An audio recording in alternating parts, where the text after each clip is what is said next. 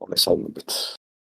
ნანათან მე შემოგვიერთებიან. მანამდე ცოტა გონების გავარჯიშებისათვის ერთ ტესტ შემოგთავაზებთ, რომელიც გუშინ ტესტი ჩავთვალოთ ეს ახალგაზრდა კაცმა მესენჯერზე დარეკა. კითხვა ასეთი იყო, რომელიც თურმე ციგანს დაუსვია თუ რაღაც ამდაგვარი პასუხი რა ციგანი, ახლა ციგანები საქართველოში არის ალბათ, ხო? სამი მეგობარი იყო. კითხვა ასეთია. თქვენს მიაქცევთ ყურადღება, თქვენ პასუხი მაინტერესებს. სამი მეგობარი იყო. ბრმა, მუნჯი და ყრუ. ყრუ გარდაიცვალაო და ბრმას მუნჯმა როგორ უნდა გააგებინოსო, რომ გარდაიცვალა. აი ეს არის კითხვა და მე ვერ გავეცი პასუხიო და თქვენ რას მეტყვით. ახლა ამ კითხვას მე თქვენ დაგიბრუნებთ, თქვენ რას მეტყვით. დავიმეორებ. სამი მეგობარი, ბრმა, მუნჯი და ყრუ. ყრუ გარდაიცვალა და ბრმას როგორ გააგებინოს მეგობარი ყრუ გარდაიცვალა მუნჯმა. ახლა ის პასუხი მე მაქვს, მაგრამ იმისთვის არ მეთქვია. მე მაინტერესებს თქვენ რა პასუხს გამცემთ ამაზე.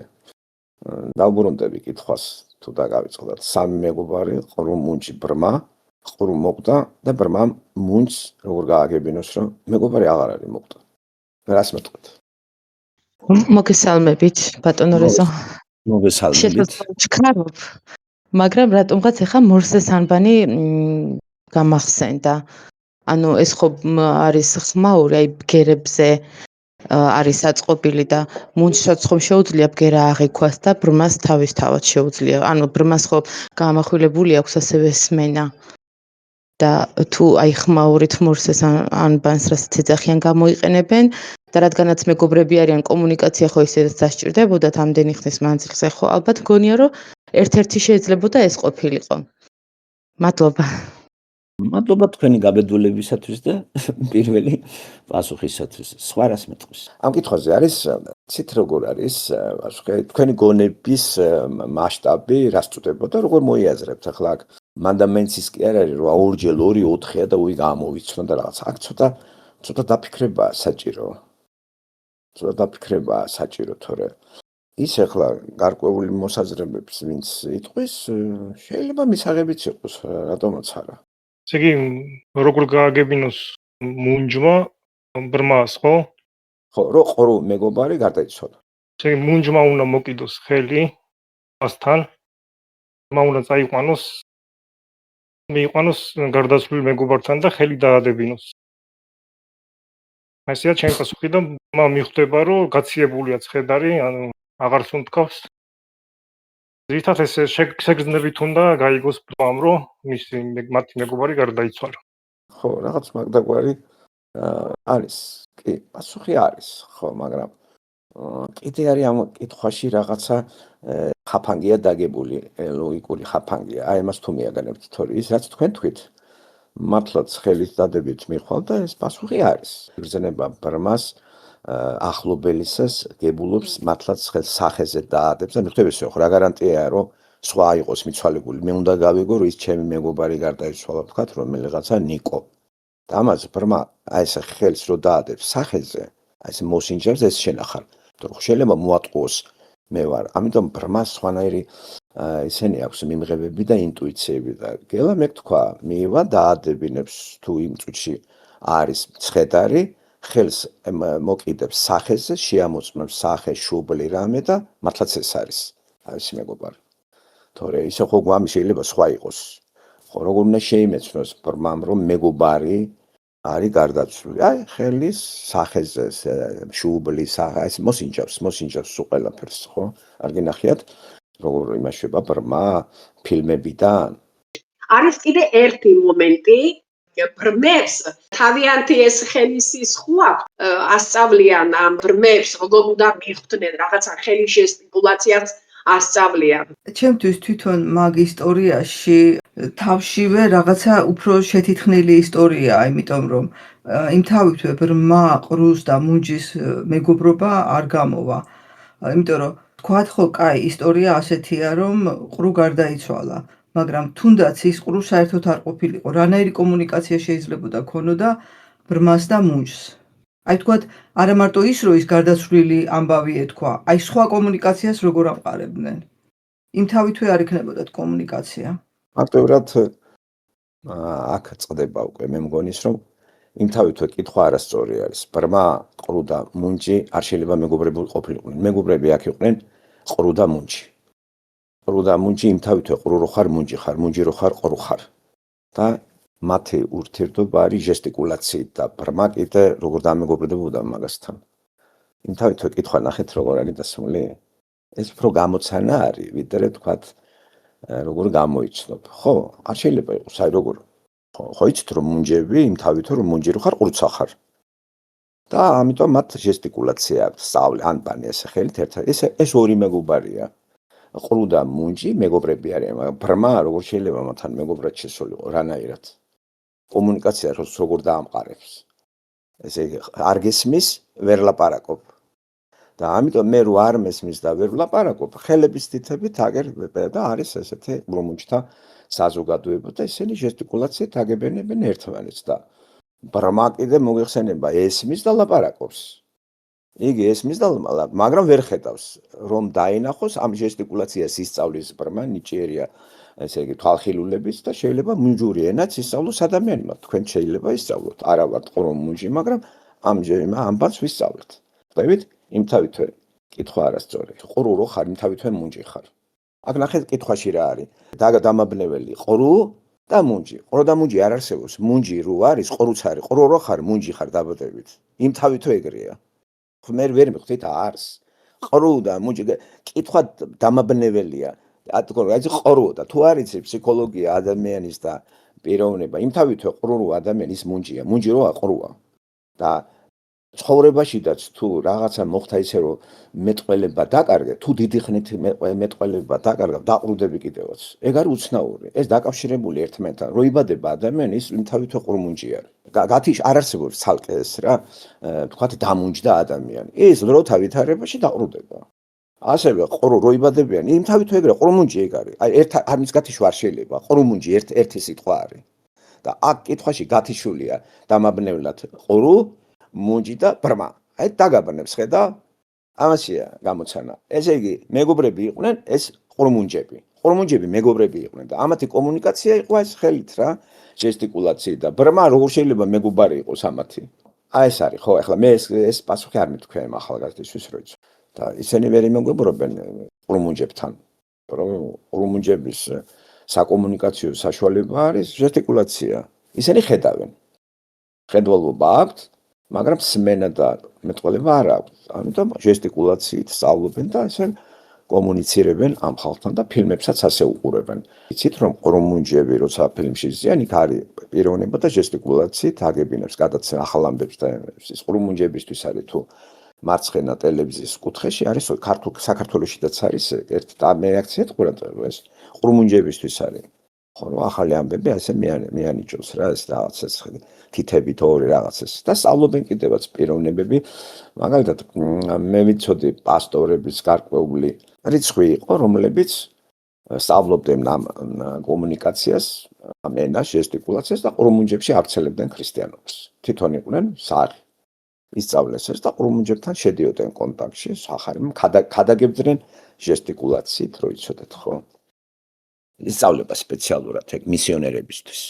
და საერთოდ კითხვაზე სწრაფ პასუხი არ უნდა გაიცეს. კითხვა უნდა ბევრჯერ უნდა გაიაზრო, კითხვა დაუსვა, კითხვის დამსმელსაც უნდა ფორმულირება მოთხოვოთ, რომ ცხადი იყოს, თან კიდე კითხვა შენია თუ სხვისი არის. ბატონო როზო, მოგესალმებით. მე მინდა ერთი რაღაცა თქვა ამ ანდაზა ამ თუ გამონათქვამა გამახსენა ესეთი რაღაცა თუ გაგიგიათ აი ესეთი გამონათქვამი რომ არის ბრმამ დაინახა მუნჯი რომ ეუბნო და ყრუს კოჭლი როგორ გარბოთაო თუ გაგწევებული არა მარტო კიდე საწოლში რო ის ღალატობს და კი საქართველოს ეგეთი გამიგია კი ისე დღევანდელ სიტუაციას როგორ ესაბამება არა ეს გამონათქვამი ვერ გაიგებს ვერავინ ვინსად როგორ თუნდაც აი ღარიბაშვილთან რადგან ღარიბაშვილესთან დაკავშირებით ჰქონდა საუბარი ვერავინ ვერაზროს ვერაფერს ვერ გაიგებს არაფერი არ ემთხვევა სავით თითქოს ბატონო თქვათ ბრაილის თუ იცოდა ბრაილის დაწერა? არა, მაგის ის არ არის იმაში, მაგ კითხვაში ეგ არ მოიაზრება. უბრალოდ აქ სისხარტეზეა ლაპარაკი, თქვათ აი გალავალონკა რუსებს უყვარდათ, თავსატეხები, ქართულშიც იყო რებუსები, თავსატეხები, რომ მეტად რაღაცა პარადოქსალური რაღაცებს თუ გამოიცნობს და ესა ლოგიკურად გათიშავ მთელ რიგ რაღაცებს, თორე ჩვენ თუ მეცნიერულ იმაში გადავალთ და ტექნოლოგია, ეგ არ მოიაზრება, რაც მაგ ორზეს ამბავი ისე თქვა, ახლა ლაპარაკი არის სხვა რამეზე, იმიტომ რომ ეპოქა არ ჩანს 21 საუკუნე აქ არ ჩანს, ხო შეიძლება ეს თქვათ ეპოქისა და დროის გარეშე იდგეს ეგ საკითხი და თქვათ მე-5 საუკუნეში ხომ არ იქნებოდა მორზე და რაღაცები. ამ კითხვას ცოტა სხვა რაღაცა შინაარსი აქვს ამ კითხვას, ხო? ისე მაგ კითხვა მის გამახსენა ღმერთზე რო არის დასმული კითხვა, ისეთ რამეს შექმნიდა არის? დიახ, კი, მართალი ხარ, შექმნიდა, რომელიც აი ფას მაგალითად შექმნიდა, რომელსაც ვერ აწევდა. შეეძლო ღმერთს ისეთი ქვის შექმნა, რომელსაც ვერ აწევდა. რა თქმა უნდა, ახლა როგორც ჰეგელი იყო და პასუხი იმ კითხვაზე, ციტრებას ვახდენ ჰეგელისას. ეს ერთ-ერთი უძლიერესი გონიერი ადამიანი იყო, ხელწამოსაკრავი კი არ იყო, ახლა ობიექტური იდეალიზმის წარმომადგენელია გერმანულ ფილოსოფიაში ჰეგელი. მანდედან არის დამახინჯებული ყველაფერი დიალექტიკურ მატერიალებში მარქსმა, რომ ეს იდეალიზმი მატერიალურ სფეროში ჩამოიტანა და აურია ყველაფერი, ხო? ჰეგელი იძახდა ციტრებას ვახდენ. პასუხი იმ კითხვაზე, რომელსაც ფილოსოფია არ პასუხობსო, ის არის რომ თავად კითხვა სხვანაირად უნდა დაისვას. ყველა კითხვა კი არ არის სწორი. ამიტომ ჩვენ ვჩქარობთ კითხვის დამსვლელს და კითხვის დამსვლელი შეიძლება ხაფანგს გვიდეგებს და ჩვენზე იკაიფოს. ამიტომ გაიაზრეთ კითხვა და სწორია კითხვა. ყველა კითხვა არ არის სწორი. არის კითხვები სწორი და არის კითხვები არასწორი. ანტიკურ სამყაროში სოფისტებს ამხელდა სოკრატე კითხვებით და სოკრატე სულ სწორ კითხვებს სვამდა. სწორ კითხვებზე თუ სწორი პასუხები გასცემ. თუ არა და შენი ცოდნა, რომელიც არის, თქვათ, აი სოფისტებს როგორი ცოდნა ჰქონდათ, იცით? სოფოს მასწავლებლებს ნიშნავდა სოფისტებს ჰქონდათ ესეთი პრეტენზია, რომ ისინი ასწავლიდნენ ყოფით ცხოვრებაში თავი როგორ უნდა გაეტანა ადამიანს და ფულს იღებდნენ ამაში. ეს იყო ლოგიკა ყოფითი. ამა თუ იმ დარგში. მაგალითად, შავზე ამტკიცებდნენ თეთრს.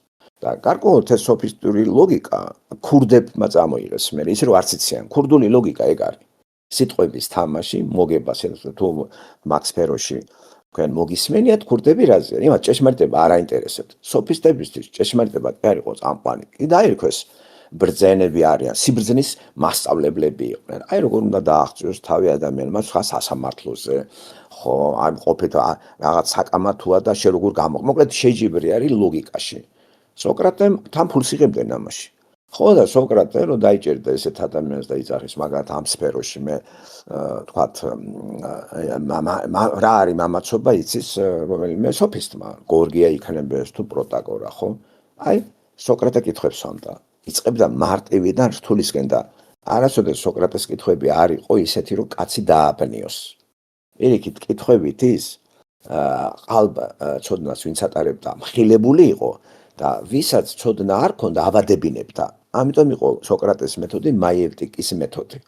როგორც ბებია ქალი, ესე იგი ბავშვს აბადებინებს ქალს, ეს ადამიანს ცოდნა აქვს და აბადებინებს. ესე იგი პლატონის ფილოსოფია გულისხმობს რას? რომ ადამიანის დაბადებიდან თანდაყოლილი ცოდნა აქვს, საიდანაც გადმოვედით და ჩამოვედით ამ დედამიწაზე ჩამოგდებულები ვართ და არის საჭირო მოგონება ამისი. მაიევტის ანამნეზისის თეორია ეგ არის პლატონის ფილოსოფიაში. ამიტომ შენ ცოდნა გაქვს და მე რო სწორ კითხვებს დაგისვამ, შენ სწორ ცოდნას გაბადებინებ. აქედანავარ მე ბებია ქალის პროფესია ინტელექტუალურად სოკრატემ რო მაიევტიკისისა. ასევე მას ჰქონდა ესეთი ირონიის ცნებაც ხონდა, ირონიასაც ხმარობდა სოკრატე. ხო, და შემოგვინახეს ჩვენ იმის მოწაფეებმა პლატონმა, ქსენოფონტემ. ხო, ქსენოფონტე როგორც ხედავ თავარი ეს მოწაფე იყო მისი და აი მოგონებები სოკრატეზე ქართულად წერნათ, მაგრამ ქსენოფონტე რო არის, კოლოფონელი არა ფილოსოფი. ეს სამხედრო პიროვნება იყო ქსენოფონტეს. მოგონებები სოკრატეზე, სოკრატეს აპოლოგია. პლატონსაც აქ დაწერილი. თავად სოკრატეზე ჩვენ ბევრი არაფერი არ ვიცით. ლეგენდები უფრო არის, ძალიან ბევრი ლეგენდა და პლატონს უყვარდა მაგალითად მითიზირება მთელი რიგი რაღაცეებისა, მაგრამ აშკარად რომ მისი მოწაფე იყო 8 წლის განმავლობაში, ეგ ნაღდი არის. იმიტომ რომ 27 წლის იყო პლატონი, ხო? როცა სოკრატე ეახლა და წინა ღამით სოკრატემ სიზმარი ნახა, რომ იჯდა და მუხლებზე თეთრი გედი ყავდა და რო შემოვიდა და ეს პლატონმა შემოაღო ეს რაღაცა შემოვიდა ამაში თქვა აი ეს არის ჩემი გედი და ეს გაიტანს ამას და ისე მართლა შესრულდა ის. მას მერე პლატონი სოკრატეს არ მოშორებია და 8 წლის მერე პლატონი სიკვდილით დაშადეს 399 წელს ძველი წელთაღრიცხვით. ხო, 8 წელი იყო მასთან სულ ეს ახალგაზრდა კაცი პლატონი და ისეთი ძლიერი ზეგავლენა მოახდინა სოკრატემ, რომ მთელი მის დიალოგებში მარტო ბოლო იმეებში არ არის სოკრატე მონაწილე დიალოგში, როგორც არის კანონები და ბოლო კანონების ბოლო იმას იქ უკვე ესეთი ღარმა მოხუცებულობაში წერს ამ იმებს და ცოტა ტვინარეულიც იყო პლატონი, მოგეხსენებათ რომ ასაკი მოქმედებს ხო ჩვენს უკვე მოქნილი აღარ არის მეხსიერება, ჭკუა, გონება და უკვე გარეული სენი ქონდა მთელი რიგი რაღაც იმ ტექსტებში. და მისი მომწიფებულობის პერიოდის ნაშრომი არის სახელმწიფო. ხო და სულის უკტავებაზე, რასაც წერს პლატონი ფედონში არის ეს აღწერილი და გმირი არის სოკრატე. და ესენი აღიარებდნენ სულის უკტავებაზე, სხვები არა. და პლატონმა ეს აიღო პითაგორადან და პითაგორა კიდე სამოსელი იყო. ისინი ის ხალხი ყველა ათენში სკოლები რო დაარსეს უკავშირდება პლატონს და არისტოტელეს მანამდე თალესი, მილეტის სკოლა და სამოსი და რაღაც ეს ათენის გარეთ არის, გარეთ კუნძულებზე, კოლონიებში იყო ეს აზროვნება. და მერე ცენტრი იქცა ათენი. ხო და აი ამ სოკრატეს ეს თვისება ჰქონდა, რითაც ნერვებს უშლიდა ადამიანებს. მისი მეთოდი იყო ემხილებილა პიროვნება, რომელიც ცოდნას ატარებს. ჩვენი პრობლემა რა არის თანამედროვე ქართულ სამყაროში? ჩვენ არ გვყავს სოკრატეები. ხო, სამაგეროდ გვყავს სოფისტები ძალიან ბევრი. უამრავი სოფისტებია ჩვენთან, აი რომ გამოიყვა. ყველა ბრძენია, ყველაფერი იცის, მაგრამ არ გვყავს სოკრატე. რომ კითხვებით ამხილოს, იცით რატომ? სოკრატე რო იყოს ჩვენთან, ეს ყველა შეიკრება, ყველა რო სოფისტია და მას ჩაქოლავენ. არავის არ შეამუნებს კითხვებს რო სვამო. საბჭოთა მასწავლებლებს არანაირად არ მოწონდა კითხვების დასმა. არ მოწონდათ ლექტორებს კითხვების დასმა. შიში ქონდათ ისეთი კითხვა არ დამისვა, რომ გამოჩნდე მე იდიოტი. ამიტომ იყო პასიური, ვთქვათ, ურთიერთობა საბჭოთა განათლების სისტემაში. სულ პასიური იყო. ხომ მოწმე ვარ მათ ცხოვრებისა, თქვენ ახალგაზრდები არ ყოფილიყართ აქ ინერცით, ეს ეხლაც გრძელდება მე მგონი. ეხლა უბრალოდ უფრო ლექციები კი არ არის, უფრო ის სალაღობო ყბედობა არის. აი მაგალითად რასაც ბერძენიშვილი აკეთებს, ეს არ არის ლექციები, ეს არის თხრობა იმ ამბებისა, რომელსაც ეს ეცნობა. და იქიდან ამბებს აიღებ და ხალ რა ინფორმაციები თავში მიიღე და ეგ აგავს. თან კიდე რატომ არის ეს ახლა დაგვიანებული. ინტერნეტში ეს ყველაფერი, რასაც ბერძენიშვილი ლაპარაკობს. აბსოლუტურად ყველაფერი ინტერნეტში. აღარაფერი აღარ არის დამალული. ასე რომ ეს ვისაც ინტერნეტში წვემა და აასწრებს ამას, უკვე ამას აღარ მოусმენს. მე მინდა ანალიზი და მე მინდა შენი როგორც ინდივიდუალური ლექტორის ლექციები. აი როგორც ჰეგელი, პლატონი და ასე შემდეგ. შეხლა მიყვები ბარათაშვილის ცხოვრება, ბიოგრაფია, ეგენ უკვე ცნობილია. საბჭოთა პერიოდში ეს დამალული იყო და არავინ არ იცოდა და ახლა ეს გახარებული ლევან ბერძენიშვილი ახალგაზრდა ბავშვებს თან სარგებლობს ბერძენიშვილი ბატონი იმით რომ ზოგს ეზარება ინტერნეტში ესენი ეძებოს და ისინიც ეშხებით უსმენენ ამას და მე ერთმანეთში გადააქვთ ეს ამბები და არაფრის მომცემი არ არის თუ კარგად მოისმინეთ მის საუბრები. როცა ანალიზს ეხება საქმე, ბერძენიშვილი ანალიზს არ აკეთებს რომელიღაცა მხატვრული ნაწარმოებისას, იმიტომ რომ იგი ინფორმატორი არის. ინფორმაციას ფლობს ამ სფეროში და ამით ჯობნის სხვა ადამიანებს, ხო? ამის ნიჭი აქვს მას. სხვა ზარმაცები არიან და ვისაც წვდომა აქვს ინფორმაციაზე, ბერძენიშვილს არ მოусმეს. იმიტომ რომ ხა ინფორმაციას მაწვდი და ინფორმაციას მე უფრო კარგ ავიღებ აგერ დებს. ხო და მე ამ ინფორმაციას გამოვიყენებ ანალიზისთვის და ბერძენიშვილი ანალიზისთვის ინფორმაციას არ იყენებს.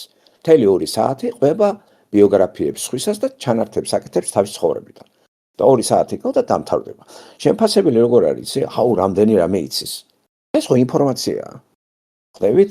აი ეს სოფისტი გამოდის ახლა ესეც, მაგრამ სოკრატე რო ყავდეს, ანუ სიცი რაც უდღეს ჩააგდებს. ასე იყვნენ სოფისტები. მე-5 საუკუნის მეორე ნახევარში. და ცნობილი სოფისტი ჩვენამდეც მოღწეულია, პროტაგორა და გორგია. ეს ახლა განძლიერები იყვნენ სხვათა შორის ესენი. ხო? მაგრამ სოკრატეს ყოველთვის აინტერესებდა მართლა ვინც ატარებს ცოდნას, ეს ნამდვილი ცოდნაა თუ ეს რაღაცა შეხედულება ან სუბიექტური არის? და კითხვა პასუხში აღმოჩნდებოდა, რომ ბრაზობდნენ სოფისტები და გარბოდნენ. როცა იმ დონეზე გადიოდა დიალოგი, რომ სოკრატე უკვე გამოიმწვეს, ესე პირველ კითხვას უპასუხა მეორეს, და ესე თანდათან საფეხურებზე მიდის წინ და გახარებული არის რომელიმე დიდი ჰიპი ესეთი დიალოგი არის და პასუხობს, მაგრამ მერე რომ ამოწურა ყველაფერი ამან და უკვე სოკრატე იკავებს მის ადგილს და ის კითხვებს ისასვამს, უკვე სოკრატე იცოლება მასწავლებლის როლშია და ეს უკვე სოფისტს არ სიამოვნებს, ცინის ყველა ხალხი თუ ეს ხალხის თანდასწრებით ხდებოდა, მერე უხერხულობის გასაფანტავად სოფისტი გარბის და ეუბნება სოკრატეს, სად გარბი ხარ? მიდი ეხლა ვიწყებთ. მე მინდა და რაღაცა მესწავლა თქვენგანო. ძალიან ისეთი ირონია რომ კითხულობთ მე ესე მეღიმებოდა. ისე სხვათა შორის პლატონის ფილოსოფია მე საუბარი მასწავლა რო იცოდეთ. ბერჯერ ხო გითხარით ლოგიკა, დამაფიქრა, ხო, აი მაშინ მართლა დამეხმარა. აბა სწავლა ხო საჭირო არის კაცო. ამის დიალოგების კითხვა ხო ძნელი წასაკითხია მაინც სიუჟეტი ხო არ არის ისეთი რომანებში რო არის. და როცა ამას ჩაუკვირდები ევფიტრიონს, ხარმიდეს, მერე ალკიბიადეს, ნადიმს, კითხვა პასუხი დიალექტიკა. დიალექტიკა ეგ არის ხო და თანდათან ზემოთ რო ადიხარ, ხვდებით? ეს ხო ობიექტური იდეალიზმის წარმომადგენელია პლატონი. ხო. და კაცი რომელიც ვთქვათ, ნახეთ, სულის უკვდავებას. პლატონი არისტოტელე მაგალითად არ აღიარებდა. და პლატონი კი, ესე და სხეული კი მათთვის იყო საპყრობილე და ამოცანა იყო ამ საპყრობილებიდან სულის განვითარება და სული გადიოდა სამ ფაზას. ხო, დაბალი, საშუალო, მაღალი. და შესაბამისი ბერძნული სიტყვებით ხასიათებდა საინტერესო, ხო? პირველი მაგალითად ეპიტემია ნიშნავს ნებელობა, სულის პირველი დაბალი დონის ნებელობა არის და ეს მერე გამოყენებული იქნა ნაშრომში სახელმწიფო. სამი ფენა რომ უნდა იყოს, მართლაც ეს ნებისმიერ სახელმწიფოში სამი ფენა არის, ხო? და ახლა გააჩნია თუ ზედა ფენაში აღმოჩნდება პლებსი და ის პიროვნება, რომელიც არის, ვთქვათ, ვერცხლის მოყვარები პლატონთან არის ხალხი, რომელიც აი ვაჭრობა, მიდი, მოდი, ხელოსნები ფულს რო აკეთებენ. ხო, საშუალო დონე არის მამაცობა რო უნდა და განდიდება საშუალო, სული დაყოს სამ კატეგორიად. რაღაც ამ დაგვარს აკეთებს კირკეგორი ხოლო სხვანაირად. როცა ადამიანის განვითარების საფეხურებს სამ საფეხურად განიხილავს. პირველი ესთეტიკა, ესე გრძნობითი ადამიანები, მეორე ეთიკა, მესამე რელიგია. კირკეგორიც იგივეს აკეთებს რაც პლატონი, მაგრამ სხვა ტერმინოლოგიით, არსი კი ერთ და იგივეა. იგივეს აკეთებს ფროიდი, მაგრამ არსით ერთია, განსხვავება სხვა არის. ცნობიერი, არაცნობიერი, ქვეცნობიერი. ხვდებით?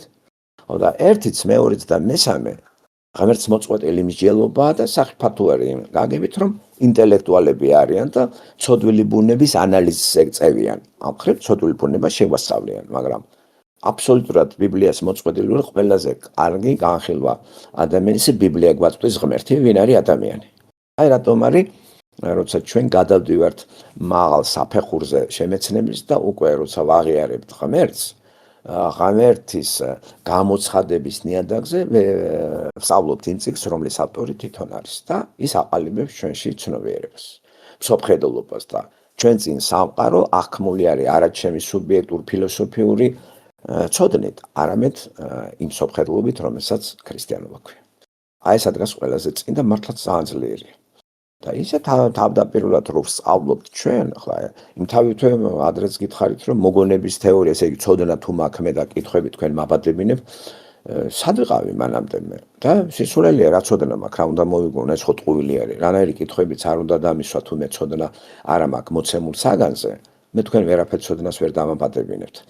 ეგ იყო უბრალოდ ეთიკის სფეროში ტრიალებდა სოკრატე, ეთიკა და აფიქრებდა ადამიანს qalbi ცოდნა რო ქონდა, ვითომ იცის რა არის სიმამაცე, მამაცი ადამიანი, რა არის სამართლიანობა, ხო ეფიტრიონი რომ აპირებს მამას უჩივლოს იმის გამო რომ მონა ჩააგდო დილეგში დაავიწყდა და მე გარდაიცვალა მონა და ის მირბის სასამართლოში და აქ შეხვდა სოკრატე და ეუბნება სადმირები ხარ ეს ძლებს გაგერ სოკრატე მეც ახლა შენ იცი თურმე რა არის სამართალი და იქნებ გამაგებინო რომ მეც რო წავდგები სასამართლოში თავი ვიმართლო ასე იმართება დიალოგი სოკრატესა და ეფიტრიონს შორის ეს ერთი კარგი დიალოგია სოკრატული დიალოგის სახით ისეთ რა საინტერესოა და როცა ასეთ დიალოგებს ასწავლიდნენ დასავლეთის სკოლებში ხო ათრე ახლანდელი არ ვიძახი ახლა უფრო ვიწრო იმაში ასწავლიან სკოლებში ისწავლებოდა ბერძნული ლათინური და ყველა კითხულობდა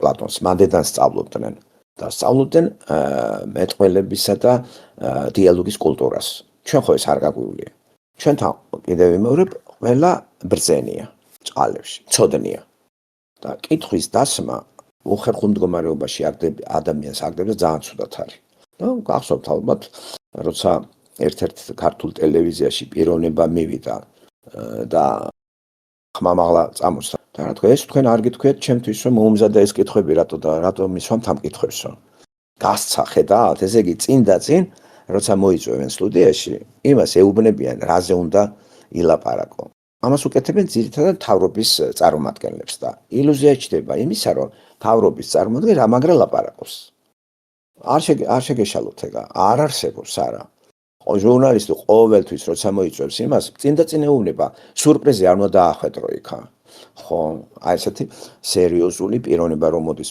პოლიტიკური ლიდერი იქნება თუ რაღაც ხალხში რო იკითხება ხო და ის შოუმენებზე არ არის ლაპარაკი ბოდიალა ხალხზე ესე იგი რა არის ამის მიზეზი იცით ადამიანს აქვს ამბიცია ყოვლის მცოდნეობის შესახებ და მოულოდნელი კითხვებმა შეიძლება მე საგონებელში ჩამაგდოს იქა და გამაშავო ამიტომ უნდა ვიცოდე მე რაზეა ლაპარაკი რა და მოვემზადები თან ემზადებიან ისინი კითხვები ხო ადგებიან ინტერნეტში შევლენ ხო ხელახლა გადახედავენ ახლა როგორ გონიათ ახლა როცა ბერძენიშვილს დაიბარებენ და ან თემა შენაარჩი ეტყვიან ეს ერთ თავისუფალი შენაარჩი თემა ეს უფრო ადვილი ადამიანისთვის თემა ავარჩიე ავედი თქვათ გალაქტიონზე დავჯდები ახლა და ამოვიღე ყველა ბიოგრაფია გალაქტიონის აცხელ მქონდა და აი ეს ყველაფერს უყვები ადამიანებს გალაქტიონის შესახებ ვინ არის რა არის რო ხო დღეს ხო უამრავი რაღაცებია ხო იქ ლექსებსაც გადავხედავთ რამოდენიმეს და გავიხსენებ ციტატებს და შევავსებ ამით ჩემს ამ ინფორმაციით ჩემს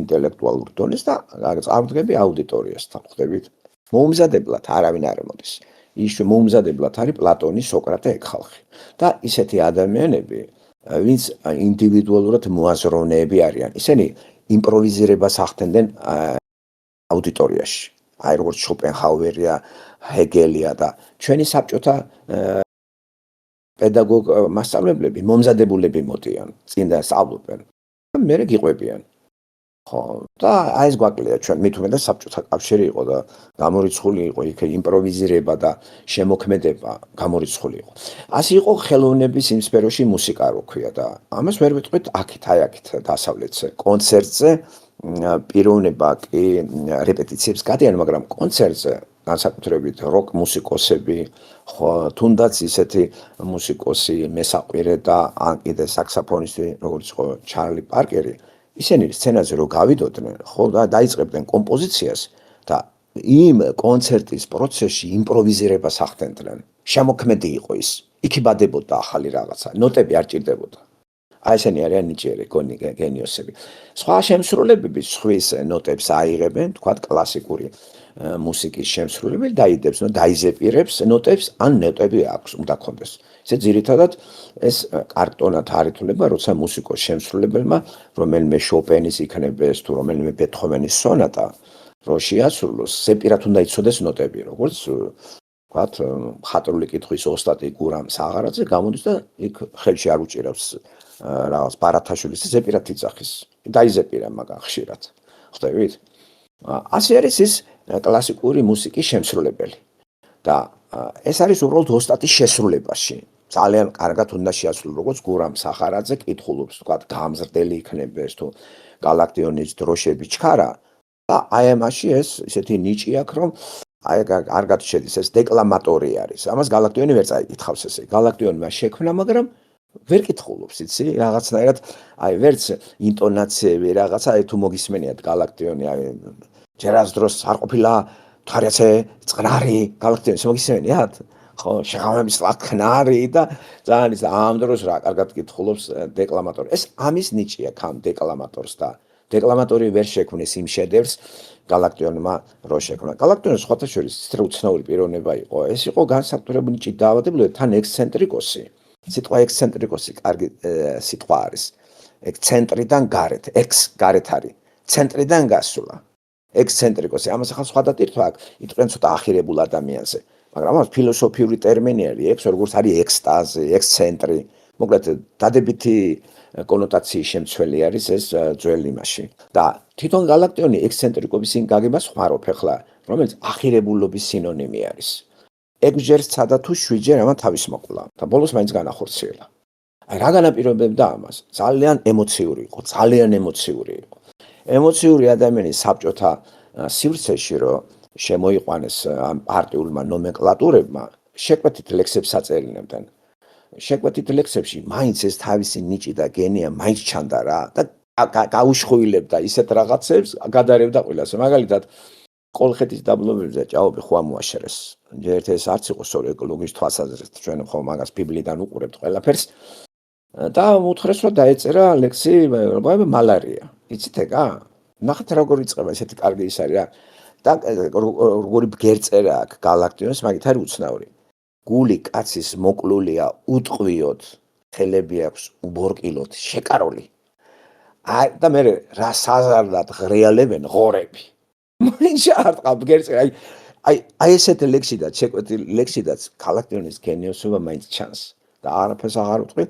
არტისტული პირობითად არტისტული ყვავილები რო არის 19 წლის 1919 წელს აი შედევრები როა თითქმის მისი 12 ტომი მქონდა მე სახში რო იცოდეთ გალაქტიონი ხომ ლიტერატურა ყვარდა კაცი რომელსაც ძლიერ ყვარდა ლიტერატურა ხო და თელი ლექსები თუ ხარახურა პოეტები იყო მაინც ჩემ ბიბლიოთეკაში იტო მე არ დიფერენცირებას არ უკეთებდი ის კაი ეს ყველა მე აი იზა ორჯონიკისთან და ყველაზე ესეთი პოეტები რომლებიც შეიძლება სხვა რომელიღაცა ლიტერატურა ვცოდნე არა ეს არ ვარგა არა ჩემთვის არა რა იგი გამოიცა და წიგნად შეიკრა მაინც პოეტი მაინტერესებდა აბა რას წერდნენ ხო ეგრეთ წოდებული თეთრი ლექსის ავტორები ხო და ზოგიერთები გამოარჩევდნენ პოეტებს და ესეც იცი რა არის უჯერებდნენ ვითომ კომპეტენტებს და გაიმეორებდნენ ტიპები ამ დროს შენ თვითონ თუ გებულობ როგორი არის ეს პოეტები ხო და ლექსებს ბევრი არ კითხულობდა მე თვითონ ეს მქონდა ჰობი რომ ყველა პოეტური ავტორის წიგნი მქონოდა სახში და მართლა მქონდა 150-ზე მეტი პოეტური ნაწარმოები ქართველებზეა ლაპარაკი პირველ რიგში ახლა იმ თავით რუსული ესენინი პუშკინი და ეს არ იცოდე და ტიუტჩევი და რა ვიცი რომელი ერთი ჩამოთვალო რუსული პოეზია ერთ-ერთი საინტერესო განსაკუთრებით ვერცხლის პერიოდის პოეზია ბლოკი და რა ვიცი როგორ გითხრათ რა ხო აი ესეთი აზრებია რომ მეტი რო არ შეიძლება ხა პუშკინი გასაგებია კლასიკოსია და ნაროდნიკი და ამას ახლა ვერ გადაახტები როგორც ჩვენთან არის ვთქვათ აკაკი წერეთელი და ნუ ვერ შევადარებ ახლა პუშკინი უფრო მაღლა დგას ახლა შეიძლება ვიღაცა ქვამესროლოს და ჩვენთან მაინც ისა ვართ რა ამ ხრივ ძალიან მცირე ლიტერატურული ისა გვაქვს ჩვენ რაღაც თუ შეიძლება ითქვას ნაკრები აი თქვათ აი 7 კაცი რომელიც არის აი მოყოლებული მე-12 საუკუნიდან 7-ეული, ისა 5-ეული იყო, მე 7-ეული და მე შეიძლება კიდე გავზარდოთ, მაგრამ 7-ეულზე უნდა შევჩერდეთ. 5-ეულს 2 ემატება აკაკი ილია და ასე მივიღებთ პოეზიაში ამ 7 კაცს. იცით ხო ვინ არის? ბევრჯერ მითქვია რუსთაველი, გურამიშვილი, მართალია ბოლოს ჩააგდეს ამ დროს გურამიშვილი რუსთაველის მერე 400 წლიანი არის ცარიელი წლები. არაფერი არ იქნება. ეს ეპიგონები არიან რუსთაველის და მეფეები ეჯიბრებიან რუსთაველს ლექსთა წყობაში და ასე მივიღეთ არჩილი თეიმურაზე და ასე შემდეგ. მაგრამ უკვე პოეზია რომელიც უკვე აგრძელებს რუსთაველის ხაზს გურამიშვილი არის. გურამიშვილი ბარათაშვილის მერე ვაჟა-ფშაველა მერი არის გალაქტიონი. ხო? აი ეს ესე იგი რუსთაველი, გურამიშვილი, ბარათაშვილი გალაქტიონი სოთხეული და აი ამში კიდე შეიძლება შევიყვანოთ ხო ილია და აკაკი მერეს ხო არ გამომჩავინე ხო ხო მარათაშვილის რომანტიკული პერიოდიდან ახლა იქ რამოდენიმე ბესიკიც იყო ხანდახან მაგრამ ვერ კითხულობენ მაგას ხო ბესიკის აი ტატანო და შემდეგ ნახეთ აი 7 გავწელოთ თუ გინდა მე პროზაიკოსები მოდიან და მოდის მე საბჭოთა პერიოდი რაც ჩამოთვალე არც ერთს არ არის საბჭოთა პერიოდი გალაქტიონის გარდა და ვაჟა კიდე საბჭოთა პერიოდს ვერ მოესწრო 915-ში გარდაიცვალა აკაკი 915-ში გარდაიცვალა ილია 907-ში მოკლეს ხო აქეთ უკვე გალაქტიონია აი გალაქტიონი ახლა აი რუსულ პოეზიაში უფრო ცვენა იყო პოეტებისა ძალიან მაგარი პოეტები იყვნენ თვით საბჭოურ სინამდვილეში რუსული პოეტები გჯობდნენ ჩვენ საბჭოთა ქართველ პოეტებს რო იცოდეთ ქართველ პოეტებში და ძალიან ცოტა ვინ თქვა მურმან ლებანიძე რო ავიღებთ რა შოთა ნიშნიანიძე საბჭოთა ტიციანი რომელიც მოკლეს გალაქტიონი და რო დავიწყოთ გალაქტიონი ტიციანი ცისფერყანწელები პავლო იაშვილი მე აქ საბჭოთა იმა შოთა ნიშნიანიძე ახლა მე და მე უკვე პარტიული პოეტები არიან ჯანსუღ ჩარკვიანები და ირაკლი ესენი უკვე არის პირდაპირ გაგებით პოეტები და აკვეთით პარტიული ისინი თავისუფლები არ არიან გალაქტიონს კი უჭირდა რა ეს რა სალტეებში მოქცევა და ცოტა ეს აღიზიანებდა და ალბათ ეს იყო მიზეზი რომ ნერვიულობდა და რაღაც უკვე თეთრკლებამდე მიდიოდა ცდები იყო რამოდენიმე და ძალიან ტრაგიკული პიროვნება იყო აი ძალიან ტრაგიკული პიროვნება იყო რა აი ყველასგან გადაგდებული თვითონაც უკვე აი მოულელი რა ვიცი აი ჭუჭყიანი ლოთი ხან ქუჩაში ეგდოთ მამით შემისგან ვიცი გამიგია რომ ბერჯელ ქუჩაში უნახია დაწვეული ხო მე ახლა გალაქტიონი რომ მოკვდა მე პატარა ვიყავი შედარებით ხო და რა ვიცოდი მე და მე ვინც ქალაქში დადიოდა ეგა და ყველა იცვა წვერებში და ფჭილები ისა მიატოვა ცოლმა ყველა მიატოვა ხო გაუსახლეს მე იცით ეს ოგუჯავა იყო მაგის ცოლ ხო თუ არ ვცდები და მე თავათის ცოლისმაც საქართველოს დააგმო და წავიდა ბულად ოგუჯავა აღარ უნდა და არაფრის გაგონება მანდა და რუსული მასში გადაბარგდა ხო ეს თალკე ის არის მოკლედ აი ეს პოეზიაში აი ეს ქართულ პოეზიაში ხო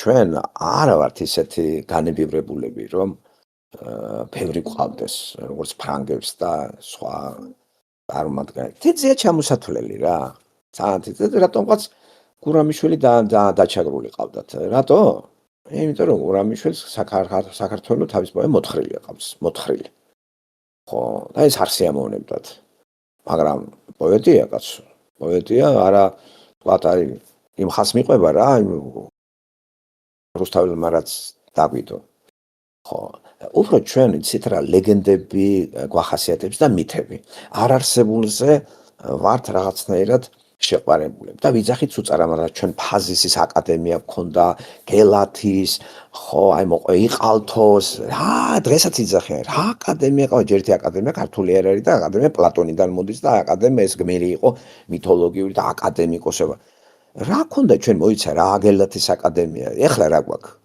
რა გელათის აკადემია გქონდა რა იყალთოს აკადემია ეს ყველაფერი არის მითები და ლეგენდები გაზვიადებული და ზუსტად ამაზე ზიან დღევანდელი ქართველები და აი ამას დაიღლებენ და აუ ჩვენ მაგრები ვარ და გაუთავებელი არის ტრაბახი გაუთავებელი და არაფერი არ გვაქვს იმ გელათის აკადემიიდან იყალთოს აკადემია ახლა მიბაძვით ახლა ყველაფერს გაკეთებაში ეხლაც აგვაქვს ჩვენ ყველაფერი აგერ მიბაძვით აი უნივერსიტეტებია მე ყავს მეცნიერები მუსიკოსებიც აყვავს მაგრამ რამე საკეთებს დღეს წერლები ხო ყავს ახლა აი რამე დაიწერა ნორმალური აი აგ 30 წელზე მეტია წერლები არიან თავისუფლები აღარ არის დაკვეთით სახელმწიფოს უფეხებზე კიდე ახლა ეს დამიწერი და დამკვეთი არ არის სახელმწიფო შედარებით ახლა დამკვეთი რო არ არის სახელმწიფო ჩვენი წერლები გაღატაკებულები არიან აფელი არ აქვს მაგით ვერ ცხოვრებ ხო რამდენი უნდა წერო ახლა რომანი რო გაყიდო საქართველოში ხო არაფერი გამორიცხულია ხო პარალელზე თუ ვიღაცა გინახავს ან რაღაცა და ერთობით ორი ისე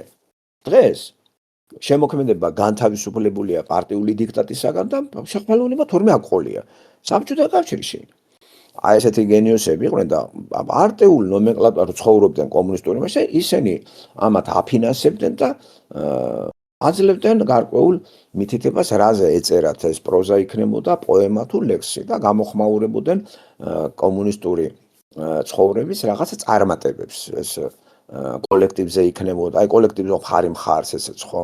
ან კომუნისტზე ლექსების წერა, მუხრან მაჭავარიანი, ნიშნიანიძე აქეთ და ხო გამოდიხარ და ბრაზობ, შენ ფული ხო გინდა? ხო და იცით რომ საბჭოთა მწერლები ყველაზე მატერიალურად უზრუნველყოფილი იყვნენ, რო იცოდეთ. საბჭოთა მწერლები, ვინც არ ვთქვათ, ეკამათებოდა დამკვეთს და მერსედესებზე და ჯიჯდა ჩაიკით დადიოდნენ, ჯანს უჩარკვიანს, არაფერი არ აკლდა, რო იცოდეთ. არც ირაკლი და გრიგოლ აბაშიძეებს. აი ის ვინც იყო მაგ პარტიულ მწერლობაში, მწერალთა კავშირის მდივნები, მე სამდივნო მწერალთა კავშირის წევრები 616-ზე მეტი მწერალი იყო იქა და უკვე გამოგიცემდნენ წიგს. თუ არ იყავი მის წევრი, წიგს არ გამოგიცემდნენ. და ფულსაც გაძლებდნენ. და არ იყავი დამოკიდებული მკითხველზე. მკითხველის შემოსავალზე კი უბრალოდ ანაზღაურებაზე კი არ იყავი დამოკიდებული. მთავრობა გიხდიდა ფულს და გარკვეულ დივიდენდებს გაძლევდა, საგზურებს და იცით რა კარგად იყვნენ. ხედავ და თან კიდე რო ბრაზობით აი ცირა კომუნისტური ის არის და მე არ დავწერა ამას. კაცო, ვინც ფულს გაძლევს, იმას უნდა ემსახურო. თუ არ გინდა ეგა, მაშინ მეორე არის ხალხი. ახლა მეორე საშიშროებაა. ხალხს რა მოწონს ის რომ ის დაწე. იგივე დამკვეთი არ არის ხალხი? და ხალხს რა მოსწონს? აგერ არის ჯოანა როულინგის სისულელეები. და ხალხმა ეს იყიდა და გამდიდა ეს ხალი. აქაც დაკვეთასთან აგვაქვს საქმე და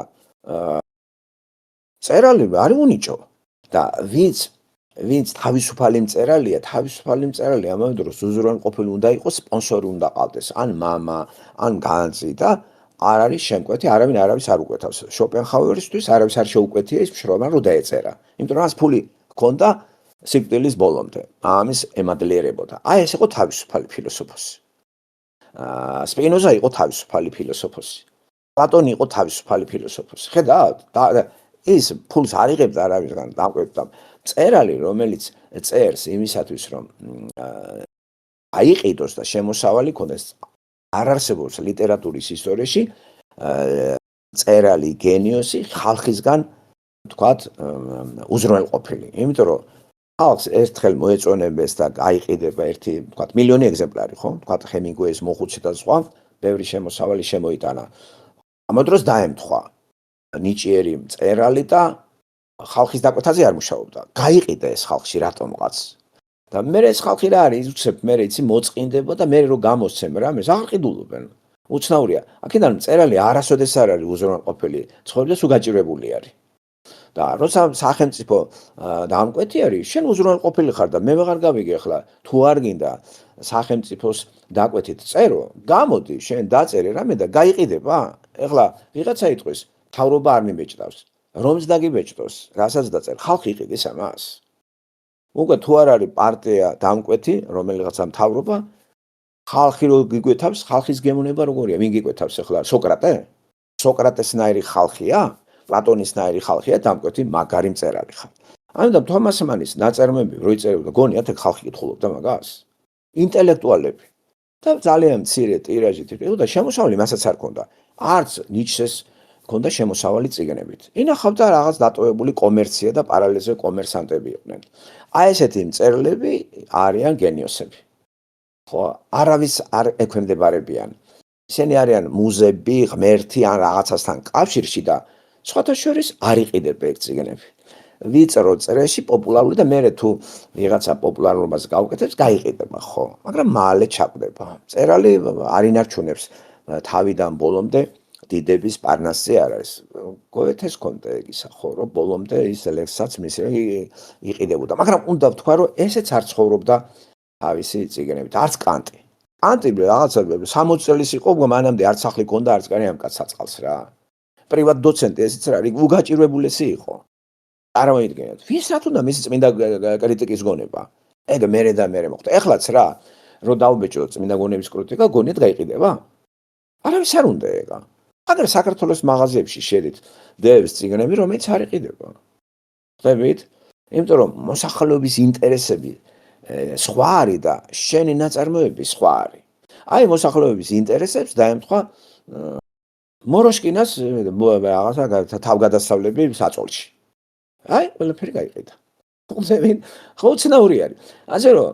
მოროშკინა რო იტყვის რომ კომუნისტების დროს დამკვეთი იყო ისო ეხლა რო ხალხია დამკვეთი და თან კიდე ეს ხალხი შენ დაბლადაციე ხო და მისი გემოვნება შენი ნაწარმოებებით უფრო და უფრო დაბლადაციე და წელის მოვალეობა ეგ არის კონსტანტინე გამსახურდია იძახდა რომ მე ხალხზე არ გავსწორდებიო რა და არ შევცვლის სტილს ის ხო არქაულ ქართულს იყენებდა და მისი დიდოსტატის მარჯვენა თუ დააკვირდებით აი თითქოს ის არის რითმისა და იმის მონაცვლეობა არ არის თლათ პროზა იმიტომ რომ ისეთი სინტაქსი არის რომ აწყობილი არის და ძალიან ადვილად დაიმახსოვრებ თქვათ აი მონოლოგს პიპასთან რომ არის მონოლოგი გიორგი პირველის რო ყვება ხო თუ დააკვირდებით და კითხველები, მასიური მკითხველები ამას არ კითხულობდა. მოდაში საყოველილები თუ იყიდიდნენ, საბჭოთა გამოცემლობა ამას გამოსცემდა და სახელმწიფო ყიდიდა ამას და გარკვეული რაღაცა პროცენტებს მწერალს აძლევდა. დანარჩენი თვითონ მიდიოდა, იმიტომ ძვირიჯდება წიგნის გამოცემა. ხო? და სახელმწიფო როა დამკვეთი არ უნდა იყოს წამგებიანი და ისე უნდა გითხრათ, რომ საბჭოთა კავშირის წიგნის გამოცემა წამგებიანი იყო საბჭოთა იდეოლოგიისათვის, უბრალოდ იდეოლოგიის სამსახურში იყო მწერლები, რომ ხალხი გამოეთაყვანებინა. ეხლა ხო იდეოლოგიით აღარ არის ხელოვნება. აღმოჩნდა, რომ საქართველოს სივრცეში ხელოვნები აღარ აქვს. აბა მითხარით ის ნაწარმოებები არასაც წერენ. არის რა ეს რაღაცა არაფრის მომცემი. აი არაფრის მომცემი ლექსები, არაფრის მომცემი არც იყიდება და არც ცხოვრობენ მაგით საწყალები. თვითონ იფინანსებენ ეს წიგნები გამოდის მცირე ტირაჟით, თვითონ გბეჭდავენ წიგნებს, გადაიხდიან ფულს და გახარებულები არიან და სტატუსი შეიძინეს, აი მე წიგნი გამოვეცი. ვარავის არ ჭირდება, მაგით შენ ვერ იცხოვრებ. შემოსავლის წყარო წიგნები ხო არ არის.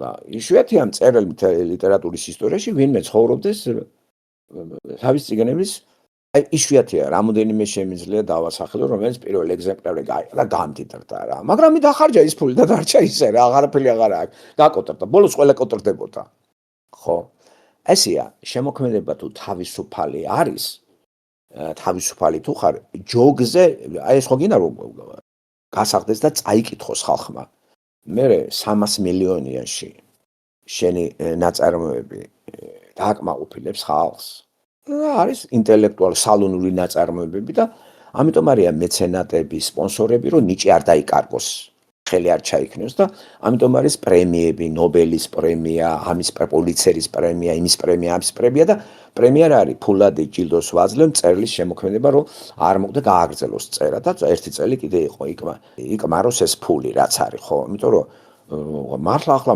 მანქანად ხო არ იქცევს უწერო და წერო, ახლა დააკმაყოფილებ კი მოთხოვნებას იგივე ხალხისას. აი გააგრძელა ჯოანა როულინგმა ჰარი პოტერიც ხა ის უკვე ამოიწურა დამთავრდა. ის ვეღარაფერს ვერ აწერს. დაამთავრა იმანის ზღაპრები. მაგრამ ნახეთ ჯოგმა ეს წიგნი დაიტაცა. და დადასტურდა რომ ამ წიგნით შემოწმება ჯოგი არის დაბალ დონეზე და ჰარი პოტერის წამკითხველი ადამიანები ასეთ ნაწარმოებებს ვერაფერს ვერ გაუგებს თქვა დოქტორ ფაუსტუს, აი ჯადოსტრუფთას, რობერტ მუზელის უთვისებო კაცი იქნება ეს თუ ჰერმან ჰესე. ესე უბრალოდ იტყვიან რომ აი ჰერმან ჰესე გვარს დაიმახსოვრებენ. ვერც კაფკას გაუგებენ. უბრალოდ აი დოსტოევსკი გამსახურდია. გამსახურდიას არ წაიკითხავენ. ხსები, იმიტომ რომ ეს მასიური მასებისთვის არ არის ნაწარმოები. და გამსახურდია ხო ვითომ ეჭიჭყინებოდა მთავრობას და ვითომ შეკვეთებს არ იმაშებოდა და შეკვეთებში გააპარებდა galaktionivit რაღაცას როგორც galaktionმა გააპარა იმ მალარიაში რასაშინლად ღრიალებენ ღორები და თან კიდე და თვითონ როგორ იწყება კაცის გული მოკლულია უტყვიოთ ხელები მაქვს უბორკილო ჩეკრული აი რა შიფრია ნახეთ რა როგორ იწყება ხო და galaktionit ეს კოსტაც გააპარებდა ხოლმე დიდოსტატის მარჯვენაში დამოკიდებულებას ხელოვანი კაცის თავრობასთან როცა არის ეს დიდოსტატის მარჯვენაში ხო არსაკიძე მე იქ რელიგია და სახელმწიფო მეფე აი ეს ხელოვანი და ნახეთ როგორ ტრაგიკულად თარდება ეს ამათი დატაკება ხელს მოჭრიან პიროვნებას და როგორ ისეც ხო შემკვეთი არის ვითომ შეკვეთას ექვემდებარება ის და ის თავისებურ შემოქმედებას ჩართავს არსიკიძე.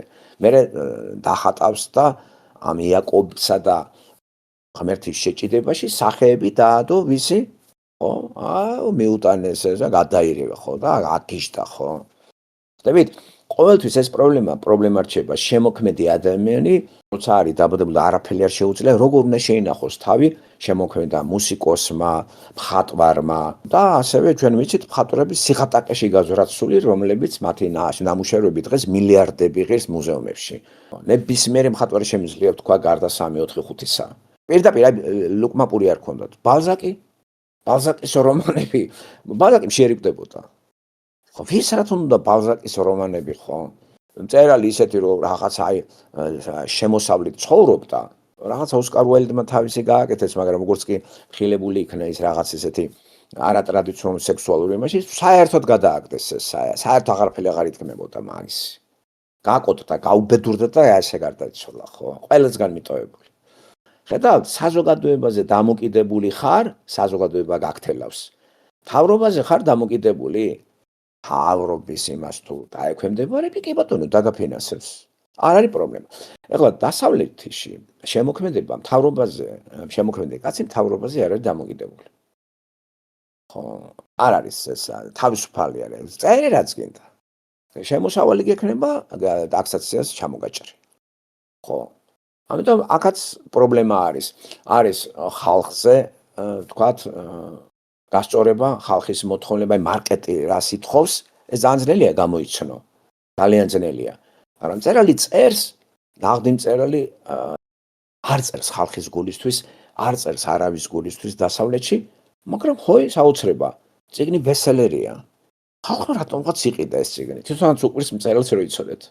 ხო? და ეს როგორ ხდება, არავინ არ იცის, ხო? მაგრამ სტაბილურად მწერალი ვერ ცხოვრობს თავის შემოსავლით, რო იცოდეთ.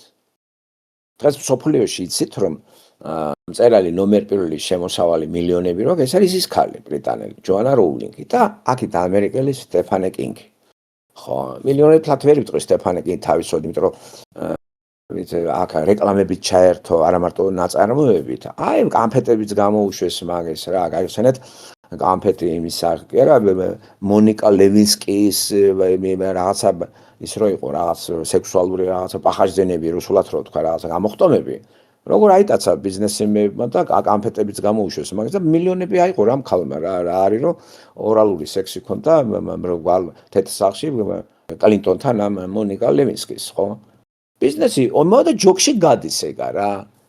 კი რა ეს მადურო რო დაიჭირეს. მადუროს რაც ეცვა ესე რა იტოს ხო გამოდის. აუ მეორე დღეს ეს უყველა მეგიყიდა. გაუცნაურია ჯოგის ცნობიერება ისე რა. ისე ჯოგის ცნობიერებაში თქვენ მონაწილეობა მიგიღიათ? თქვენ შექმნდებარებით რეკლამას? მე რეკლამით არაფერი არ მიყიდია რო იცოდეთ. ჩემი თუდენით, თუ დაემთხვა ჩემი და რეკლამა სხვა არის. მაგრამ პირადად ის რო არ ვიცი და აი ახლა წავედი და ვიყიდე, არა კრიტიკულად უყურებ ამას. მოკლედ მე არ მაცხოვრებს სხვა და არ მაცმევს სხვა. ჩემი ნორმატივები შემიძლია ავიღო რაღაცეები და მასიურად აი რეკლამებს რო ექვემდებარება და დრამაცინებს კიდე იცი საქართველოში რო რეკლამებია. აი საქართველოს რეკლამა რა თქმა უნდა.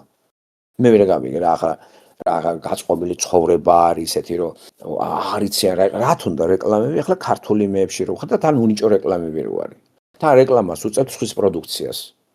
სხვის პროდუქციას რეკლამას რო უწევთ რეკლამა არის და თან ტრაბახობთ თქვენი რაღაცა ქართული წარმომავლობით და 3000 წლიანი კულტურით და იყალდოს აკადემიით, გელათის აკადემია, აუ ჩვენ სად ვიყავით რო ვიყავ რა აკადემია, ვინ რა წაიღო მერე თქვენგან, ხო? და თვითონ სახელწოდება აკადემია თქვენიც არ არის, ქართულიც არ არის, პლატონიდან არის წამოღებული, რომელიც არის გმირი რაღაც ესეთი აკადემოსი გმირი იყო, ხო, ნახევრად ღმერთის ნახევრად კაცი. აი ეს ახლა რა არის ჩვენი რა გადამრიოთ არც კი იციან რომ მითოსური წარმოშობის ტერმინი არის მითოლოგიური ტერმინია აკადემიკოსები აკადემიკოსი წარმართი ხარ ესე იგი ხო სად გავყევით საუბრიდან ესე იგი თქვიდან გავედით და ნახეთ მე პლატონი და აი სიტყვა და თქვათ სოფისტები და კითხვის სწორი დასმა კითხვის ყველა არასვამს სწორ კითხვას უფრო მეტს გეტყვით ძალიან დიდი პროცენტით არასწორი კითხვები ისმება. არასწორი კითხვებით არასწორი პასუხებია. აი როცა სწორია კითხვები, ან სწორი პასუხი იქნება ამაზე, ან ეს სწორი კითხვა ამხელს პიროვნებას თავისი საგნის არ ცოდნაში. ამას აკეთებდა სოკრატე და აღიზიანებდა ბევრს. ასევე შეიძლება მეც ბევრები გავაღიზიანო. და თქვენ შეიძლება გააღიზიანოთ რაღაცეები და რა ვქნათ ახლა არ გაღიზიანდეს და ამიტომ გაღიზიანდე რატო უნდა გაღიზიანდა ვერ გავიგე რა ჩემი მიზანი ის კი არ არის რომ სოკრატესის მიზანი ის კი არ იყო რომ დაეცინა იმისათვის ფულს შენ იღებ ყიდი ცოდნას სიყალბ ცოდნას ყიდი მე კარგია გაყიდე ის რაც მთავარ მაგარია და გამოადგება ადამიანს ყიდის სოფისტები ცოდნას აი გამხილავ სოკრატე ხო ცოდნას არ ყიდიდა ეს კაცი არა ეს ქუჩა დაწანდა ეს პენსიას იღებდა როგორც სამხედრო მოღვაწე და ომობდა თან პლებეის წარმომადგენელი იყო ეს არ იყო არისტოკრატიული ოჯახი პლატონი იყო არისტოკრატიული თან გარეგნობით ძალიან ატიპოტები იყვნენ დაბალი მოკლე ფეხებით სქელი ტუჩებით ცხვირი გაბუშტული თავზე დიდი რაღაცა შიშკასავით ქონდა გირჩივით კოტიტა თითები შიშველი ფეხებით ზამთარ ზაფხული ერთი იმით დადიოდა მოკლედ გარეგნულად სიმახიჯის განსახიერება იყო პლატონი წარმოსადეგი ლამაზი მოჭიდავე სპორტსმენი პოეტი და არისტოკრატი და უცნაურია ეს ორი ადამიანი ერთმანეთს შეხვდა და ამ პიროვნების სოკრატეს როგორც ესეთი გარეგნობის ადამიანი წარმოდგება როგორც თქვენ არ მინდა თქვა მახინჯი და რაღაც ამდაგვარი პლატონი იყო მისი საუკეთესო და ერთგული მოწაფე ბოლომდე საყვარელი და უყდაყო სოკრატე ხო არაფერს არ წერდა არ უარწერდა ამასაც თავის გამართლება ჰქონდა და თუ მართლაც ბიბლიურადაც მიუდგებით სწორს იძახდა სოკრატე წერაში იკარგება მთელი რიგი რაღაცეები ცოცხალ საუბარში უფრო ჩანს ყველაფერი ხმა ყველაფერი იქვე ასწორებ იქვე კითხვას უსმენ ეს ქაღალდზე გადატანილი უკვე იზღუდება და ფილოსოფია ქაღალდზე არ უნდა გადავიდეს ფილოსოფია ზეპირი მეტყველებით უნდა გადაიცესო ხო და ბევრი ამ გზას მიყვებოდა და შესაბამისად სოკრატე არაფერს რო არ წერდა სოკრატეს ნათქვამს ხვები იწერდნენ და ესე ესწრებოდნენ და მერე იგონებდნენ და წერდნენ და ასე მოვიდა ჩვენთან სოკრატეს პიროვნება როგორც რეალური მაგრამ ბევრი მითოლოგიურია სად სოკრატეა და სად პლატონი ამას ვერავინ ვერ გაიგებს ძალიან გაუჭირდებათ ხო ხონდო რომ თავარი მოქმედი პერსონაჟი პლატონის შემოქმედებაში არის სოკრატე ბოლო ნაწარმოებებში აღარ არის უკვე სოკრატე ბოლოში საიქ ის რო არის კანონები ზაკონი და პოსლე ზაკონი როგორ არის კანონების შემდგომი რა ქართულად არის თარგმნები ეს რა სტარა ზაკონი რო თქვა როგორ აქვს თქვა ეს სტარა დეუტერონომია ჯობია ესე თქვა ხო დეუტერონომია აი ამ ბოლოში და რამოდენიმე წერილი როა 13-დან მაგრამ არა ავთენტიური არის რამოდენიმე წერილი მე-7 კი ნამდვილად ავთენტიური არის ესეც ჩვენ ეს პლატონის შემოქმედება არის წყალობა თქვათ ევროპული აი ჯერ ბიზანტიელი მონაზვნებისა ესენი წერდნენ ამას ხელნაწერების და ევროპა ეს გაიცნო მე-15 საუკუნეში მანამდე არა ლათინურ ენაზე თარგმნა მარსელიო ფიჩინომ ეს იტალიელი ფილოსოფი საინტერესო მოაზროვნე არის და სულ ყველაფერი თარგმნა პლატონის და პლოტინის მარსელიო ფიჩინომ და ჩვენთან მე-15 საუკუნეში კი არის დღესაც კი არ არის პლატონი თავიდან ბოლომდე ნათარგმნი დაიწყო ბაჩანამ და ბაჩანას თარგმან ეს ბაჩანა არის იქ პლატონი არ არის ბაჩანა შეკაიფებულია ქართულ სიტყვა კაზმულობაზე და როგორც ფილოლოგი კაცი ფილოლოგმა კი არ უნდა თარგმნოს პლატონი ფილოსოფოსმა თან სიღრმეში შევიდეს წვდეს მის აზრს დაისვას გვერდზე ფილოლოგი და ერთად ფილოლოგმა და ფილოსოფოსმა თარგმნოს ეს თავარი არის ტექსტის აზრი უნდა გადმომიტანო და არა ის ბელეტრისტიკით დამიწერა რომ ბაჩანაში პლატონის 50%-იც არ არის ქართულად გადამოთარგმნილი რო იცოდეთ გაცნობილი ვარ და იმიტომ კი აქაც ამ პლატონის ქართულად გამომიგზავნეს მანდაც პირველი ვეტაკე და რო გამოვიდა ახლა ვეტაკე და წავიგი და იქავ თქვი რა შევარცხვინე ქვეყანა რომელსაც განათლებაზე თავზებს და ლათინური და ბერძნული სავალდებულო სასწავლო პროცესში არ არის 10 წლიანი შევარცხვინე ერი ხო იყვეს სავალდებულო სკოლაში ყველა მიცოდა ყველაზე მეწაღემაც იცოდა ლათინური და ეს წყაროები არის ჩვენ და რატომ და დავიყო დამოკიდებული ვიღაც მთარგმნელზე რომელიც ვის სამსახურშია კაცმა არ იცის და ის უნდა გავიმეორებინ და პლატონიდან იცი როგორ არის დაშორებული კაცმა ვერ გადმომცა ბაჩანაბერიგოზე იდეა რას ნიშნავს ეიდოსი რა არის ვერ გავიგე ნუ სანამ არ მივაკითხე ბერძნულ ლექსიკონებს და სხვა თარგმანში ეს და არ დაფიქრდე მე და მე თვითონ არ წავიკითხე და ის პრობლემა მე თვითონ არ ვიფიქრე ამაზე და დამეხმარება სხვათა შორის ბიბლიაც ხელმა შემიწყო ამაში ვერ გავიგე ქართული მასში და ნადემი ისე იყო ნათარგმნი რომ მეგონა რომ აქ არის ჰომოსექსუალისტებზე ლაპარაკი თქვენ წარმოიდგინეთ ხო ისე არის თარგმნელი ამ დროს სხვა რაღაცა არის მანდ ხო ან კიდე ეს არგუმენტები არ არის სწორად ნათარგმნი ფედონში 4 არგუმენტი როა სულის უკტავებისა. მართალია ეს აბსოლუტურად ჭეშმარიტება კი არ არის, ხო? მისი გაბათილება შეიძლება, მაგრამ ლოგიკურად გამართული ლოგიკით არის ეს არგუმენტირებები, მაგრამ ჭეშმარიტება არ არის ეს. ხო, ის რაც ლოგიკურია, ყველაფერი ჭეშმარიტი კი არ არის. ხანდახან ხო იციან არალოგიკურია ტიპები. ხა ლოგიკა რა ექვენ რა არის ლოგიკა რა? რა აზროვნების კანონები არის ლოგიკა და სწორად ვიაზროვნოთ. ეს არის ლოგიკა, სხვა კი არაფერი. მაგრამ სწორად აზროვნება, სწორად შეიძლება სიტყვები დაალაგოთ წინადადებები, მაგრამ აზრები რა იყოს რა? მარქსიზმში ლოგიკა ალოგიკური რა იყო? ეგ წინადადებები დაალაგებული იყო, მაგრამ ამ წინადადების უკან აზრის ალოგიკურობა იყო. აზრი არ იყო სწორი. აზრი ჭეშმარიტი არ იყო და თუ აზრი ჭეშმარიტი არ არის, ლოგიკა რჩება აზრს მოწყვეტილი და ვიყავით ესე რა წინააღმდეგობებში.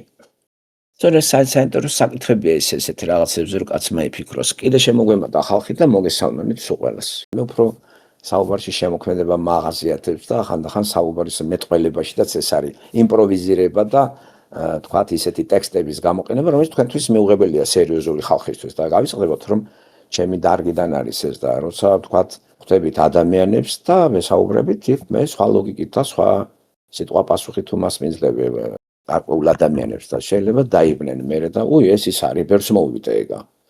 ხო, იმიტომ რომ ადამიანი იცი ვინ არის, რა არის, როგორ უყურებს სამყაროს, როგორ ხმარობს სიტყვებს, შენთვის რაც არის თქვათ მიუღებელი და საგინებელი, ახლა როგორ შევიზღუდო თავისუფლება სწორედ ამაში არის ჩარჩოებში რა თქმა უნდა რა გაზარალებ მე შენ რამე რაღაცა დაგაზარალე ამით აყევი ამას და ისერი მოგწდა და საერთოდ კი აყევი კი იმას კი 100%-ით მიმბაძველი ხარ ზუსტად იმას ახორციელებ და თუ ზუსტად იმას ახორციელებ და რასაც ვიზაღებ ისერი წაიტეხით ამნაშავე ვარ მაგრამ ადამიანს ხო ახასიათებს რა ცოტა შენგან აიღებს ცოტას თავისას მერე თუ გამოვიდეს სულ თავისას მიიწერს თუ არ გამოვიდეს დაგაბრალებს შენ რომ აი შენგან ავიღე ესო ესეც დაიმახსოვრეთ შემოკარგებო არენდოთ ადამიანს რჩევას რომ გეკითხებათ ადამიანი ის თქვენ რჩევას რომ მიაწვდით ნახევარს თავისას გაურევს თუ გაამართლა მან თვითონ მიიწერს თქვენ გეტყვის არა თქვენ არაფერი არ გირჩევიათ თუ არ გაამართლა და დამარცხდა თქვენ დაგაბრალებთ იმიტომ რომ შენ არ მირჩიესაო და ამ დროს რა იცი 100%-ით შეარ განახორციელე რაც მე გირჩიე განახორციელე 100%-ით და არა შენ არ გაგიხორციელებია შენი ნახევარი შეურიე მაგას ეს ქართველებს ახასიათებთ ამიტომ თავი შევიკავოთ რჩევების მიცემისაგან მაინც არავინ არ თქვენ რჩევას 100%-ით არავინ არ განახორციელებს აგერ ღმერთის რჩევა არ განახორციელებს 100% შეურიეს და შეურიეს ბიბლია სავსეა ამის მაგალითებით ხო და ამოცანა ჩვენი არის სმენა პირველ რიგში აი ყური რა ყურით ხო და რა კი ყურძეა ლაპარაკი აქ შეიძლება ხო ბიბლიური შედარებები მოვიყვანო ან გავიხსენოთ უფრო სწორია როდესაც სამუელი მეფეთა პირველი წიგნი იცით როგორ იწყება ანას შვილი არ აყავს და იგი სწხოვს ღმერთს შვილი გაუჩნდეს ხო ქალისთვის ძალიან ეს არის გარკვეული მას უქნის ოჯახში ეს თვითონ და აღმოსავლურ ქვეყანაში ხო და როცა ეს ასეთ გუნხურვალეთ ლოცულობს და ილიამ ეს დაინახა მთრალი ეგონა ერთ ამ დროს მთრალი ეს არის ეს ქალი და ეს შეისმინა ღმერთმა ამ ქალის ლოცვა ვედრება დანაპირებით სამქალმად შეასრულა და სამუელი გაჩნდა გამოთხოვილი სამუელი ღმერთისგან გამოთხოვილი ღმერთმა რომ მოქცა რა სამუელი ძირი საულსა და სამუელს ერთ ეგივე აქ რო იცოდო ხო საული ხო იცით მე პავლე არის ბენიამინის შტოდა დაიბადა რა ეს რამ დედას რომ მოწყდა ეს ბავშვი ძუძუთ რაღაც და უკვე მეაბარა იმ ილიას იქ ღვთისმეტ სამსახურში და ილიასთან ერთად წევს ხო და ჩვენ ვიცით რომ ბიბლიაში მაგალითად ღმერთი უშუალოდ ელაპარაკებოდა აბრაამს ისააკს იაკობს შედიოდა კონტაქტში რო იცოდეთ ამებს ხო და მე თანდათან ეს მე უკვე როცა თეოკრატია მონარქიაზე გადადეს მეფეებს ღმერთი აღარ ელაპარაკება მარტო შამალად არის წინასწარმეტყველი და აი ახლა ეს არის პერიოდი მსაჯულების შემდგომი პერიოდი რომ სამღვდელოებამ დაკარგა მნიშვნელობა ღმერთის თვალში და წამოაყენა მსაჯულები ბოლო მსაჯული სამუელი არის ასეთივე პროროკი რუსულად ვიტყვი წინასწარმეტყველი მაგრამ პროროკი ცოტა სხვა რამე არის ხო და იწყება აი ეს უკვე ასეთი ურთიერთობა ღმერთთან შუამავლის სახით. სამღვდელოებაც აღარ აკეთებს ამას როის. იქიდან აღარ შემოდის ღმერთი. და უშუალოდ ღმერთი მართლა ლაპარაკობს, ისმის და ეს ბიჭი რო წევს, ბიჭი რა არის უკვე ყრმა. ქართულად ყრმა ასაკი უნდა განისაზღვრებოდეს 14 წელი, თინეიჯერს რო ეძახით. ესე უნდა ყოფილიყო და ღმერთი რო აბა 4 წლის ბავშვი ხوار დაიწყებდა მსახურებას, ხო? დაუძახებს, 4 ჯერ დაუძახებს. სამუელს ეგონება ილია უძახის და მივარდება. ხო და ილია უნდა არა, მე არ დამიძახები ხარ. დავა და წატიკ დაწვება, კიდე დაუძახებს ღმერთი. მეორედ ისევ ილიას მივარდება. ხო და როგორც იქნება ილია მიხვდება რომ არა ეს ღმერთი იგიძახისო თუ დაგიძახებსო უთხარი ხო აქ ვარ უფალო რას მიბრძანებ და რომ ესე გაიცი პასუხი ხო გისმენთ უფალო ჩემო და აბარას დამავალ მართლაც მესამედ რო დაუძახა უკვე დავალება მიცა ღმერთმა ხო ახლა უყურეთ ერთმა მხატვარმა აი ეს ბიბლიიდან იცით როგორ იყო ბიბლია ხო სმენაზე არის აგებული და არა ილუსტრაციებზე იმიტომ რომ სმენა აგვიდით რწმენა მოსმენისაგან მოსმენა ღმერთის სიტყვისაგან ამას რომელთა წერილი გვეუბნება მე თავი ხო ესე იგი მხატვარმა როგორ დახატა იცით ყური პორტრეტის მაგვილად ყური დადო პორტრეტზე და ყური მიგდებული უნდა კონდეს ღმერთი ხმა რო გაიგო ყურს აქვს დიდი მნიშვნელობა სმენა ხო და ამიტომ აი იმიტომ რომ ღმერთი ხო არავის არ უნახია იოანეს სახარება გვეუბნება ხო ელაპარაკებოდა მოსეს ელაპარაკებოდა იმ ხალხს მე რო ჩამოთვალე ზევით და თავისი არსით ღმერთი არავის არ უნახია. ხო, ამიტომ პირველ ადგილზე სმენა იცით ჩვენ ვიცით იმიდან გამოსვლის წიგნიდან მოსე 14 წლის ასაკში თვალით რო დაინახა რომ ალმონდებული ბუჩქნარი იწვის და არ იწვის ცეცხლერი არ იწვის. მივიდა და ხმა მოისმა. ხო, აქ წმინდა ადგილი ფეხ გაიხადა შემოდო. გენახეთ? მაგრამ როგორია ღმერთი თავისი არსით ეს არ გამოვლენილა. ამიტომ წინააღმდეგობა არ არის, როცა იოანეს სახარებაში ჩვენ ვკითხულობთ, რომ ღმერთი არავის არ უნახავს. მაგრამ არ წერია, რომ ღმერთი არავის არ მოусმენია. ზოგი ყურს მნიშვნელობა აქვს რწმენაში. საქართველოში თავარი ყური კი არ არის. თავარი საქართველოში არის თვალი. თვალი რას უყურებს? მღვდელი, ხატები, სანთლები, ტაძრები და ეს არის ესთეტიური რწმენა. გრძნობით აღდგმული რწმენა და როცა ამას ვარჩევ ჩვენ და შევდივართ უკვე იმ კატეგორიებით ბიბლიაში როა სმენას ითხოვს, აუ გაბარაზდებიან. იმიტომ რომ ყური სხვა რამისთვის აქვს დაკავებული და რწმენის ობიექტი თუ რაღაც სუბიექტი არის თვალი. აი ეს არის პრობლემა აი კათოლიკურში, პრავოსლავიებში და ნაკლებად პროტესტანტებში შეიმჩნევა ეგ ნაკლებად. და აგერ ბიბლიაში ჩვენ ახლა მანდედან ვისწავლეთ თავად რომ ჩვენ არხზე, პირადად ჩვენ არხზე ხო შემეძლო იქ ვიდეო გავხსნა, კარგად ჩავიცვა, გასტოკი დაიწყო და ისე ვილაპარაკო. აი ბიბლიას ვეყნობდი მე. იმიტომ რომ რაზეც ვლაპარაკობ, ის სმენისთვის არის და არა თვალი გაგექცეს რაღაც წიგნების ფონზე დავჯდი აქ კიდე მაგარ რემონტებიან და კარგად ჩავიცვა და დავივარცხნო, კარგად გავიკეთო, რაღაცა პროფესორს კი რაღაცა გარეგნობა დავიხვეწო და თქვენ მიყუროთ. თავი ხომ მოსმენა რაზე ვლაპარაკობ მე? შოუმენი ხომ არა ვარ. მე არა ვარ ჯაჯანიძე, აჭრელებული ტანსაცმელებით მოგაწონოთ თავი. ის ხო ესე თუთიყუშს აკავს ხო?